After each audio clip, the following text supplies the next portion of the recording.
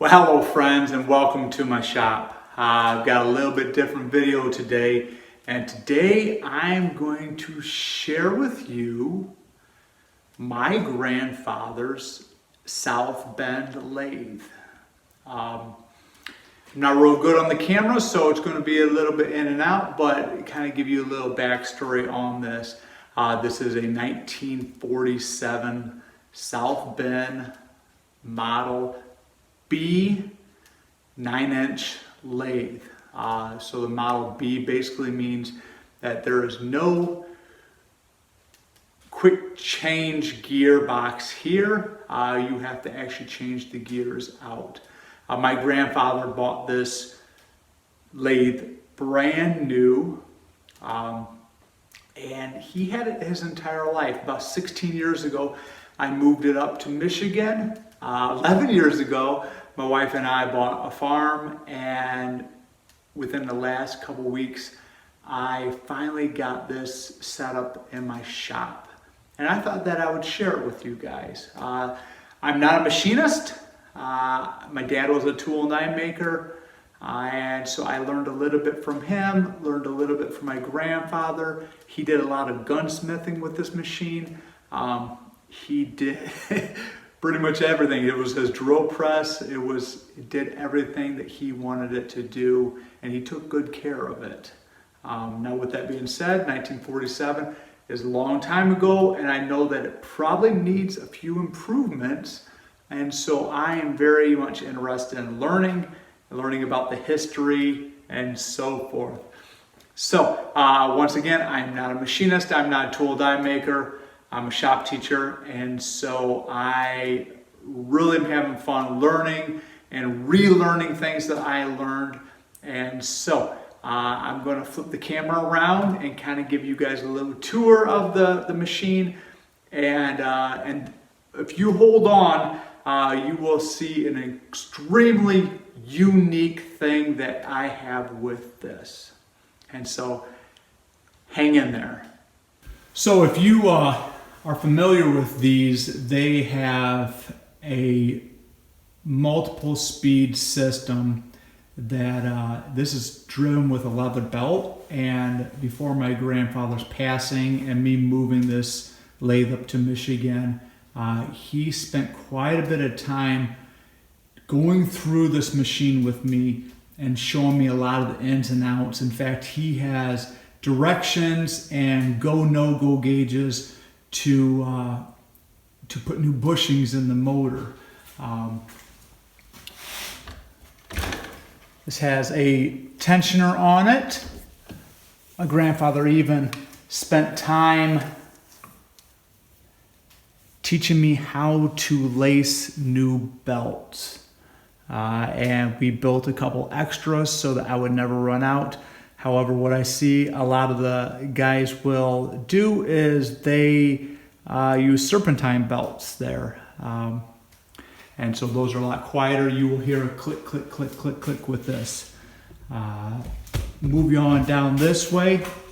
What I know one of the things that it does need is inside this on-off switch. There's a 4-wire that comes up, and some of the insulation is pretty it's pretty weathered and tired, and so I will have to go into that and replace this section of wire, and I think that is probably within my wheelhouse.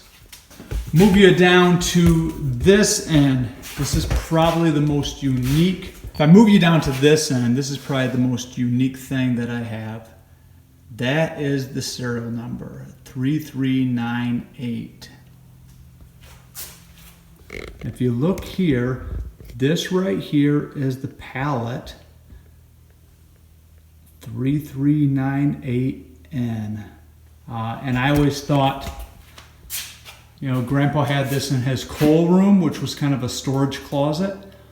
And we moved it up to Michigan on it, and I kind of thought maybe he just built it. And then I saw that 339A or 98N, and sure enough, that came right from the manufacturing. So there's a real good chance that that pallet right there is worth more than the lathe itself.